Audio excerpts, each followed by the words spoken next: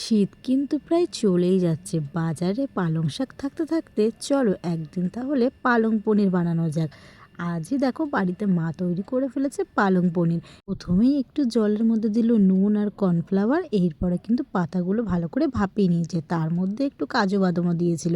এরপর পাতাগুলো ভাপিয়ে তুলে ঠান্ডা জলের মধ্যে রেখে দিয়েছে। এরপর কড়াইয়ে তেল দিয়ে তেলটা গরম হয়ে যাওয়ার পর তাতে কিন্তু সাদা জিরে, রসুন আর পেঁয়াজ কুচি একসঙ্গে ফোড়ন দিয়েছে।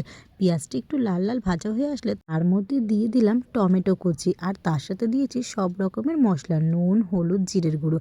মশলা থেকে তেল বেরিয়ে গেলে তার মধ্যে একটু চিনি দিয়েছি। এবার দেখো পাতাটা কিন্তু ভালো করে পেস্ট করে নিয়েছি, আর তার মধ্যে কাঁচা লঙ্কা আর একটু লেবুর রস দিয়েছিলাম, তাতে কিন্তু টেস্টটা ভালো আসবে। এবার মশলা থেকে তেল ছেড়ে দেওয়ার পর বেটে রাখা পালং শাকটা কিন্তু এর মধ্যে দিয়ে উপর থেকে কিন্তু কস্তুরি মেথি আর আগের থেকে কেটে রাখা পনির, এটা দিয়ে ভালো করে নাড়াচাড়া করে নামিয়ে নিলে রেডি হয়ে গেল পালং পনির।